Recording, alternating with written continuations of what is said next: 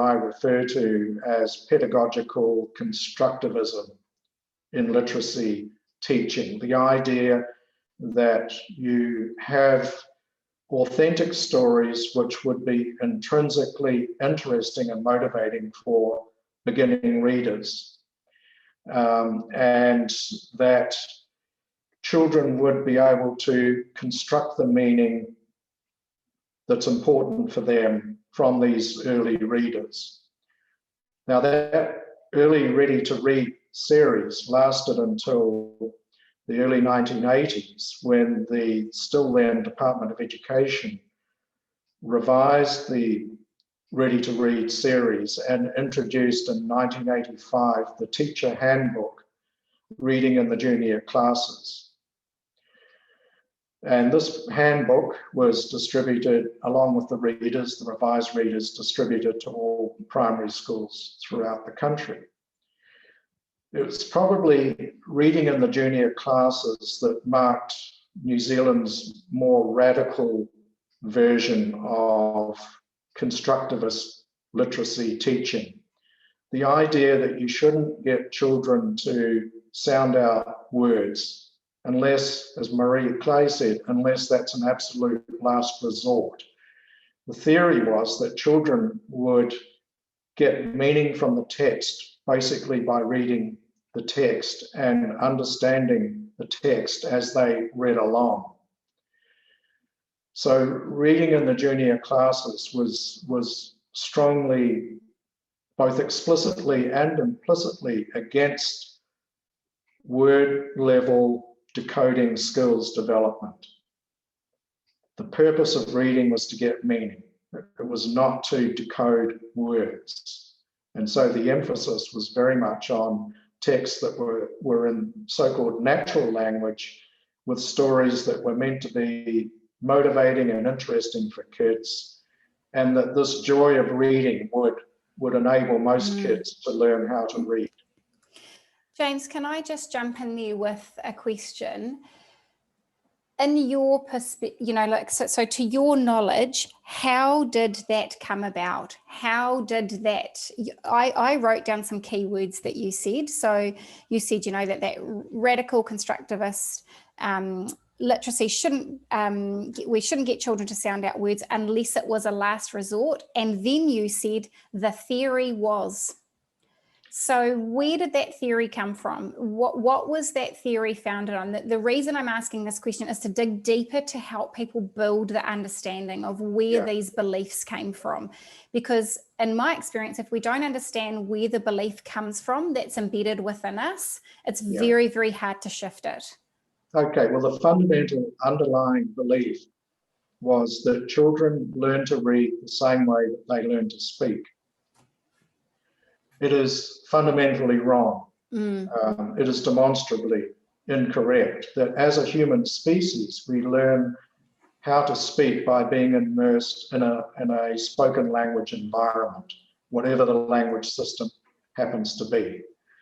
However, reading is not a natural process. Reading is an artificial process of symbols in our language, alphabetic sounds and alphabetic letters that are put on top of the spoken language.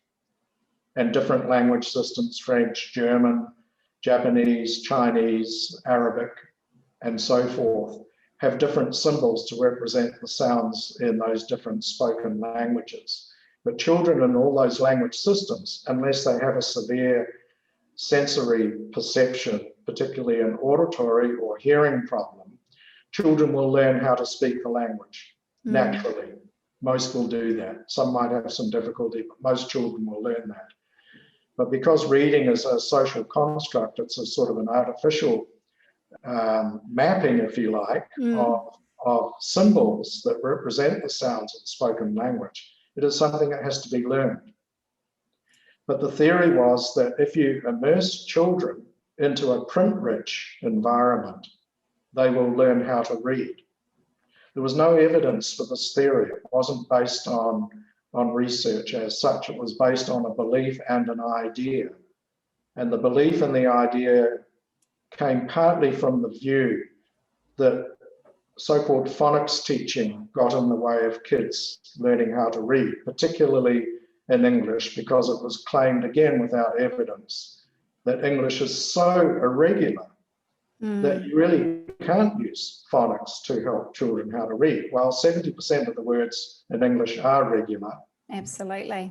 And then there's another almost 30%, slightly less than 30% of irregular words that we refer to as not being phonologically opaque. In other words, take a word like stomach. If a child sounds it out and says stomach, or if the child reads the word castle and says castle.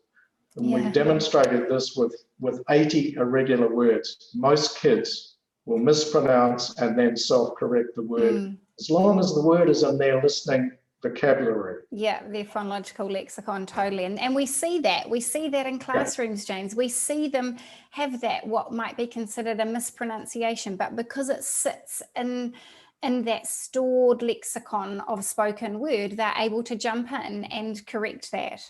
Yes, that's right. And we demonstrated that with children who are 6 and 7 years old in quite an extensive study.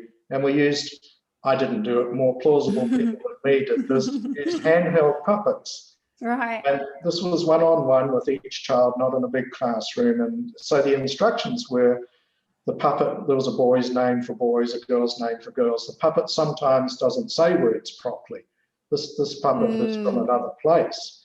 Can you help the puppet? And so the puppet might say stomach, and some kids would immediately get stomach, and then the puppet would read a sentence. The football hit him in the stomach. Most kids would then immediately get the football hit him in the stomach. So the point of why I'm saying this is that not all irregular words in English are so difficult that kids can't self-correct after a mispronunciation if the word is in their listening vocabulary, or what we say, their mental lexicon, their dictionary. And that's right, because the reality is, you know, there's very rarely is there more than one aspect of irregularity in terms of phoneme to grapheme correspondence within the word. Right. So, you know, there is so much there that they can actually work from to go forward. I want to come back to... Can I just add in there, Carla, there are exception words, and they're words that basically have to be learned, like yacht is an exception word, because is an exception word. So there are a number of exception words that most kids will learn just because we learn some things by rote and that's it. And if they know how to use the words like because or yacht, then once it's cemented into their mental lexicon, into their listening vocabulary, those words seldom become a problem again. Yeah, okay. So I want to come back to this, what we were talking about earlier in terms of reading in junior classes, and the fact that in 1985, that text, which is a teacher supporting material text that went out to every classroom in the country, I want to come back to the realization that that blue book that I can completely visualize because I had to study it pretty much from front cover to back cover is alive and well in so many classrooms in New Zealand. So what you're telling me, if I'm able to sort of summarize what you've just said, is that one of the guiding texts that is in classrooms across schools in New Zealand is fundamentally expressing beliefs and ideas that are now what we might term as myths. Yes, that's absolutely the case, Carla. And for schools that are still using that text, I think that's most unfortunate. But even if schools are using the now Ministry of Education updated texts, which I wrote down, the learner as a reader, reading and beyond, and currently now effective literacy practices in years 1 to 4. They started to pay what we think is somewhat lip service in a disjointed way to the growing importance of phonological awareness. But everything else in those more recent texts, especially effective literacy practices years 1 to 4, counters the lip service that is paid to the role of letter sound information in word decoding. So we've been quite clear in our discussions with people in the ministry that a radical change needs to be made in the materials that teachers receive and that they also get in the colleges of education about the teaching of literacy. There needs to be a huge update, because the most current one, teaching effective literacy practices, is woefully out of date. And it is just not supported by contemporary research, and it wasn't supported by contemporary research at the time that it was first published in the early 1990s.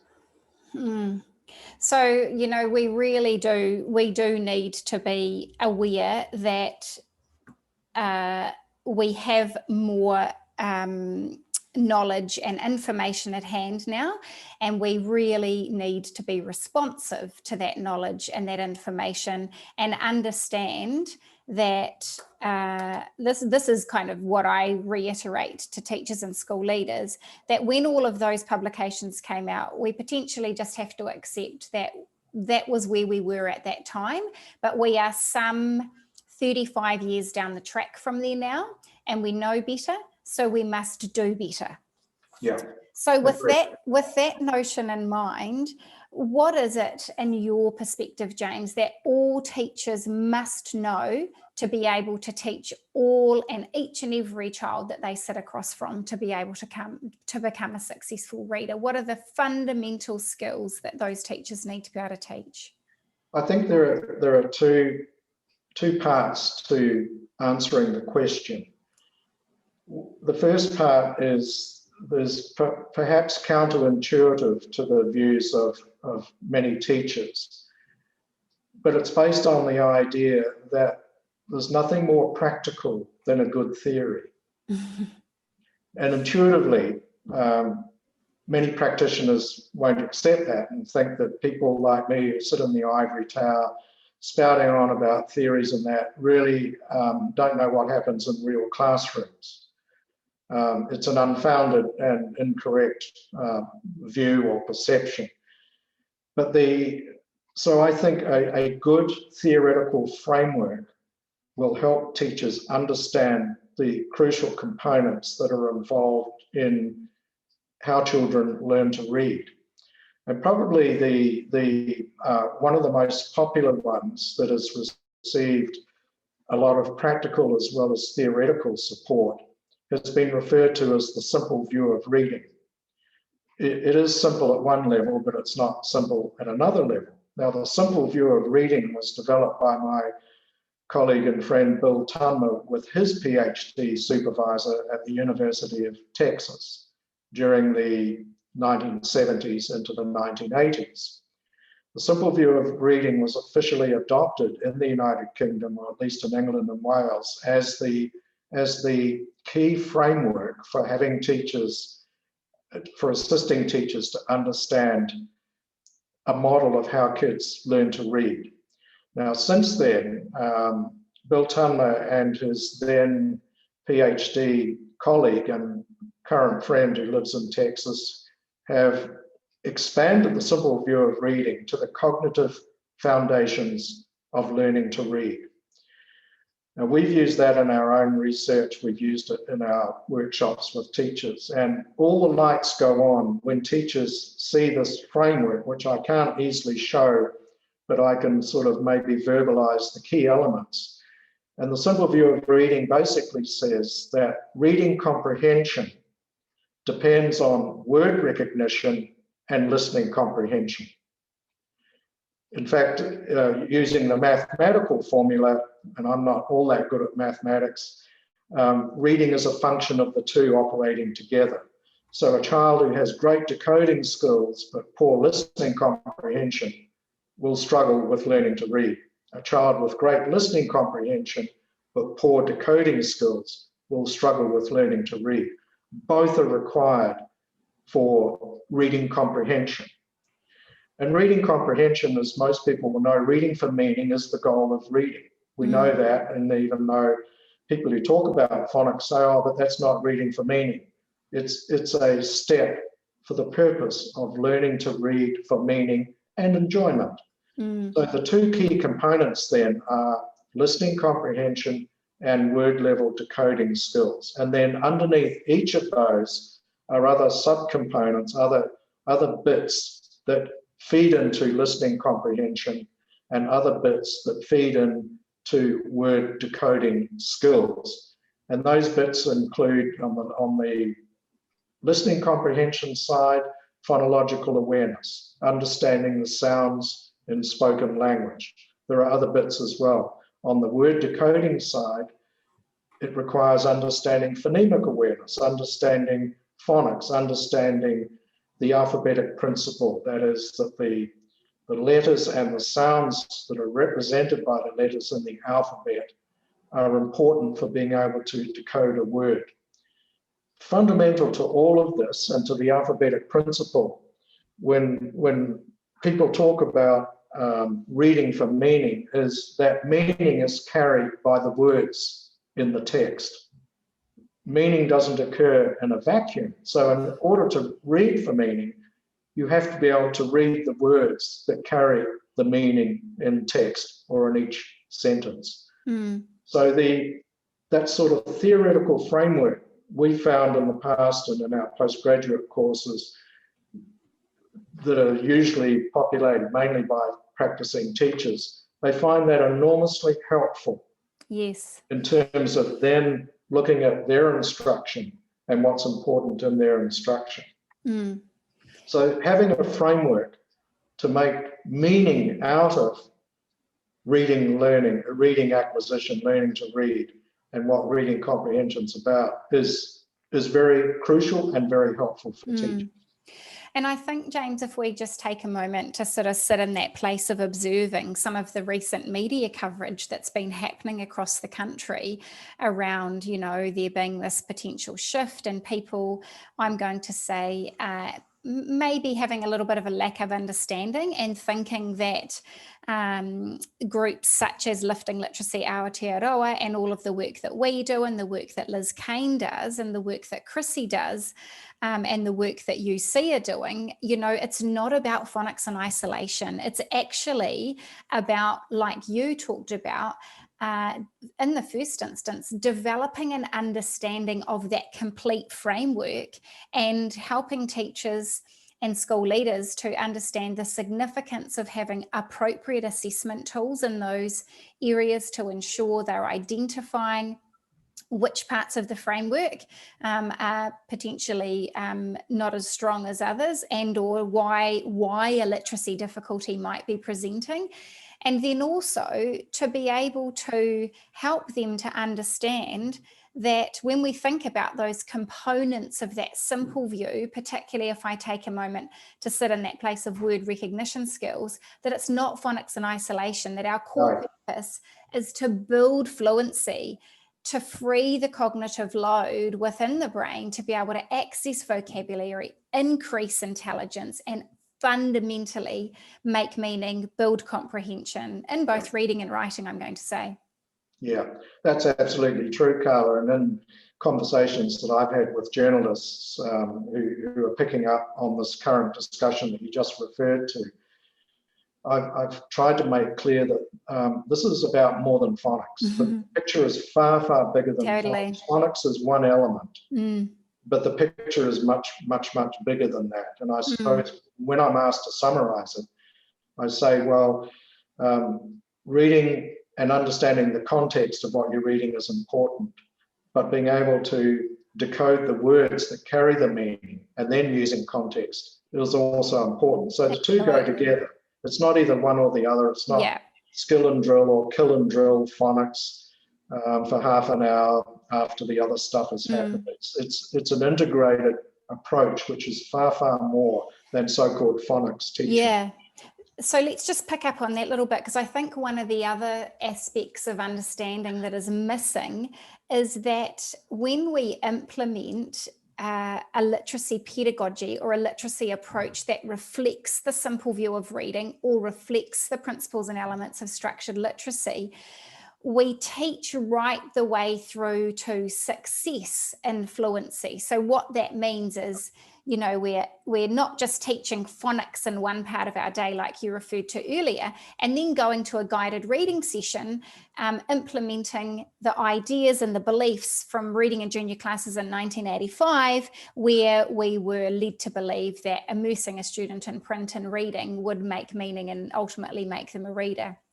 So we have had this historical balanced literacy approach where in actual fact, the balance has caused the imbalance. Yes. Because we have, on the one hand, you know, fed our children apples, and then on the other hand, come and fed them bananas, and, you know, it hasn't lined up. So I think that's the core difference too, when I think about what we want the media and other people to understand, is that actually we're not saying it's about one or the other. We're actually saying let's teach it all really explicitly, systematically, and so concepts build on one another to ensure we don't leave reading to chance. Yeah, that's right. I mean, in the notion of a balanced approach, to me, in my teaching here at Massey and in conversations with journalists, I stress that the best metaphor for the balanced approach is maybe the food pyramid. Now, unfortunately, not all bits of the food pyramid represent a healthy diet. I like the stuff at the top. But if I have too much stuff at the top and not enough stuff at the bottom, then my shape is going to kill me. It's going to be imbalanced. It's going to be imbalanced. And so we know, using the analogy of the food pyramid, that the foundation of the food pyramid, water, vegetables, fruit and stuff, that is more important than the bits at the top, like chocolates, which I like, at the top of the food pyramid. Now, reading is the same. So we know that developing effective word level decoding skills is absolutely crucial. It is fundamental. Many kids need to be taught that systematically and explicitly. Some kids, depending on background and a bunch of other things, may pick that up fairly quickly regardless of how they're taught, but the majority of children need to be taught explicitly and systematically effective word level decoding skills. In 2 research projects that we've done over the last 5 years, we've presented teachers with 6 typical reading scenarios where kids make mistakes at age 5, 6, 7 in the junior primary school. And we've analysed the prompts that teachers give when children come across an error. And in 2 separate studies, we got pretty much identical results. And what we found is that, consistent with reading in the junior classes, many teachers will say, now Johnny or Mary, oh, you don't know that word, read on to the end, come back and think of a word that fits. Guess a word that fits. And so if the child says an incorrect word, the girl was paddling in the puddle and she didn't know what puddle was, but said the girl was paddling in the stream. A teacher, unfortunately, might say, good guess, Mary, read on. Well, that kid has just been reinforced for an incorrect response. And I don't know of any learning theory that says it's appropriate to reinforce or give praise for an incorrect response. So the idea that you read on to the end of the sentence, come back and think of a word or guess a word that fits, and maybe use picture support where that's available, is a dysfunctional approach that disadvantages many kids from day one. Teachers use that type of an approach roughly 60% of the time, compared to 40% responses that said, now try and sound out the word, that looked at a word level decoding sort of an approach. We know we've got a long way to go, even though teachers know that look and guess approach does not work for most kids. And teachers maybe who are watching and listening in know the frustration that can occur when it doesn't work. And the frustration gets to the point where the teacher will supply the missing word or correct the mistake for the sake of just moving on. And I can't blame them for doing that, because they're being taught ineffective strategies at colleges of education. Mm. And I think it's really important, James, in terms of us having a really strong sense of moral purpose, which I know is clearly why you do this work, is that actually it's important that teachers realise that all of this talk is centred around, is coming from a place of positive intent and wanting to see an improved system for both teacher education and schooling outcomes for our students. And so where we sit here this afternoon and we talk about these things, it's not that we're coming from that place of, you know, teachers don't do this and teachers don't do that. It's actually we're trying to build deeper understanding of why we've done the things that we have done for such a long time. Fundamentally is because that's what we have been taught to do. But now we must open our minds to the reality that the education we received in our pre-service training was in fact based on theory and ideology. And we now know that a reading network must be systematically and explicitly taught and for many children, because that's the body of the science of reading has, you know, with that neuroscience influence, we now know through fMRI scanning exactly how the reading network is developed.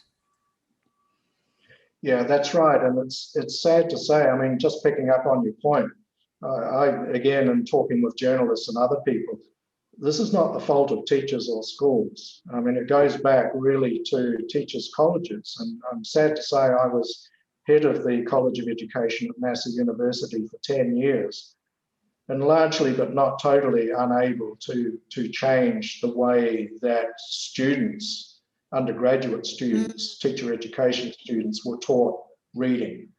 And we focus more at the postgraduate level, where practicing teachers would come in to do an honours degree or a master's degree in literacy education. And they were the ones who all the lights would go on and say, oh, now I know what I need to do. And we got it wrong for maybe 3 decades. We got it wrong, and colleges of education, teachers' colleges, were very, very slow and have been slow to correct those mistakes. You mentioned the University of Canterbury. I think major changes are taking place there. We attempted to make changes here at Massey University. Other colleges maybe are making changes, I don't know. But the research has been there now for 20 plus years. And teachers' colleges didn't pick that up, and so teachers were really sold a pup. Yeah. So if we think, James, about, you know, your aspirations, I know you have committed your lifetime of work to this. And what do you hope? I guess there's a part of me that actually kind of wants to ask, if you were able to turn back the clock sort of to 20 to 30 years ago, and we were having this conversation now, but be it 20 years in the past, what would you want for going forward? And I don't know, maybe your aspirations for New Zealand education in terms of New Zealand literacy education mirror that. So fundamentally, what is it that you believe, I guess, needs to happen for there to be a really embedded quality shift in literacy education in New Zealand? Yeah, it requires strong leadership because of the important role that the Ministry of Education plays in the supply of teacher resource materials for learning to read. It requires strong leadership out of the Ministry of Education to understand and adopt contemporary research about the teaching of reading into the instructional materials that the Ministry of Education supplies to schools. Now, that doesn't imply blame the ministry. I've done that for a long time, but I'm changing my tune because people in the ministry are changing. They are recognising the need to do things differently, that if you keep doing the same thing, we will keep getting the same problems, we'll keep getting the same results. So I think change is taking place there.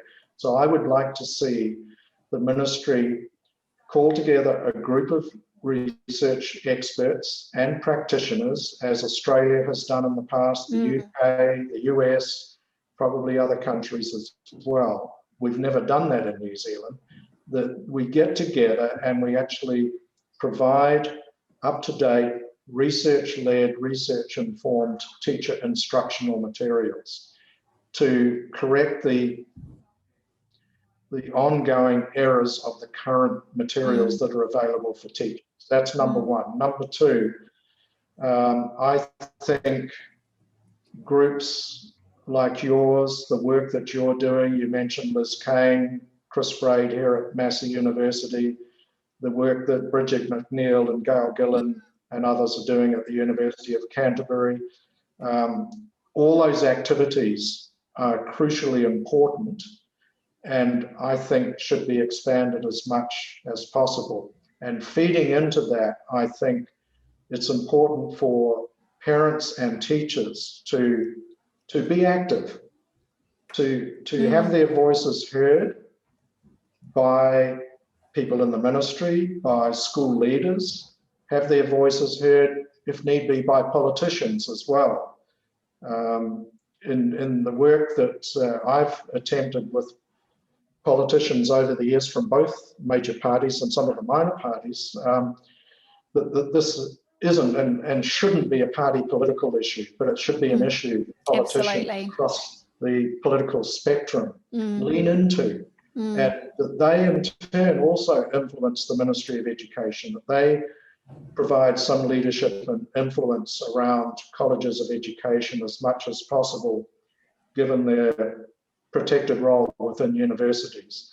So I think there's an important role for the Ministry of Education, for school leaders, for school teachers, for parent advocacy groups, and for the work, the fundamental groundwork, front level work that you, Chris, Liz, and others that we've mentioned are actually doing at the chalk face. So it's really a multi-pronged approach. Absolutely. We can't say, oh, well, that group has to do it. It's all up to the ministry. Yes, it's up to them, it's up to everyone.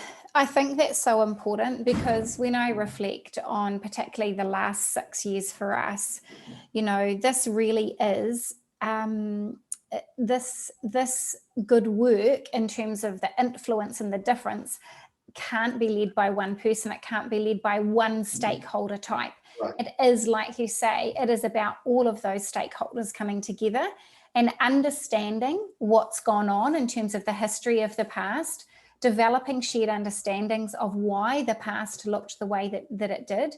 As you mentioned, becoming really, really familiar with the contemporary research and developing shared understandings of what it should look like and could look like going forward, and then formulating a plan to strategically implement that.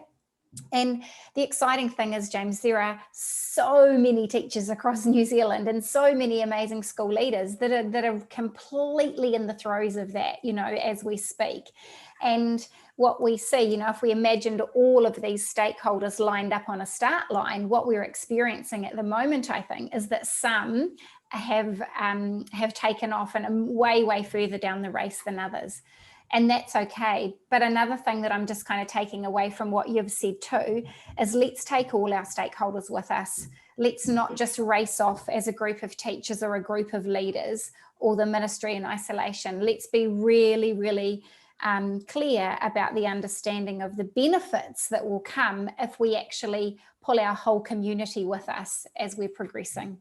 Yeah, absolutely. And I think that's the way to go. And as I say, the work that you're doing, the work that Lifting Literacy Aotearoa is doing, the work that other people are doing at the chalk face, all of that is absolutely crucial. And I think, from what I hear anyway, is that working with the change makers is a fantastic way to start. The early adopters, for the want of a cliched term. Yeah. And I think the group in the middle who aren't quite sure how this works, aren't quite sure what they should let go and what they should take on, I think that group is definitely starting to move. Same. And there will always be a tail of resistors, and okay, I don't think we castigate them. We move on with the positive actions, the positive stories, the positive teaching. And the so-called resistors, those who are really cynical or unsure, will see the results that their colleagues are making. They'll see the results that the school down the road is achieving because of the changes they've made based on your work and Chris Braid, Liz Kane and others. And what I experience in terms of that too, James, is that once people can actually stop and perhaps have the opportunity to reflect on why it is that they're resisting a potential change towards a teaching approach that is represented in contemporary research, fundamentally, it is about where their own individual beliefs sit. Yeah. And you know, I always say your beliefs drive your thoughts, your thoughts drive your actions, and your actions drive your outcomes. Yeah. So if we're able to, as educators who all went into this profession, irrespective of whether we sit and have a job title that's reflective at the ministry, as a school leader, a classroom teacher, a learning assistant, whatever it is, we all went into this because we wanted to be in a profession that fundamentally has a massive influence and positive social impact outcomes. So I think it's really important that people really stop to consider, especially what you have shared with us today around understanding why their belief mechanisms may sit where they do, because that's what they've been taught. They were fundamentally taught to believe that. And now what we're trying to help, and all of the work that you've done over the past some 30 to 40 years, is about helping to really package that contemporary research and to pull that together to help people understand that actually this must be more than belief driven. It must be based on research. And now we say it can also be based on science. Yeah, I totally agree. And my beliefs based on changing research have changed enormously since the late 70s, when I was doing my PhD in Canada, about learning disabilities, about dyslexia, about reading acquisition, which I didn't know much about until I started working with Bill Tunmer. We've made all sorts of changes along the way. And those changes have been really quite exciting, because the goal, as you're really saying, is to seek improvement. How can we do things better for more children, for more parents? Absolutely. And once I think people sort of embrace the positive aspects of change, dealing with the uncertainties about what you've been doing in the past become much easier. Yeah, they do. They do. I mean, I can speak from experience because I've been there in terms of my own practice. So I know, and there wouldn't be one teacher that I have had the privilege to work alongside who I know wouldn't say the same thing. So yeah, it's a very humbling opportunity to be, I'm going to say, out at the chalk face, helping to represent the great work that, like you say, yourselves and your colleagues have worked for such a long time to influence. So James, oh my goodness, I really have this feeling we could sit here and talk forever. It is so great to chat with you. And I know that the people who are watching this are going to really, really take a lot away from this in so many different respects. So I want to really thank you for your time this afternoon.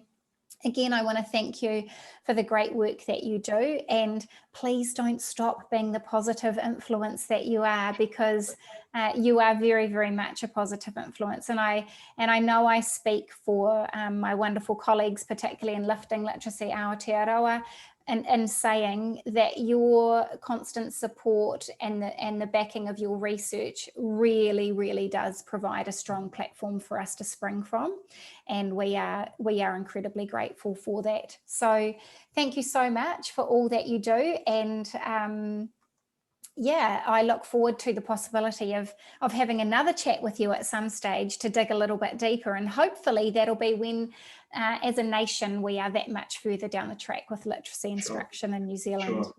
Well, thanks, Carla, and thanks to those who stayed to the end and didn't fall asleep with my babbling.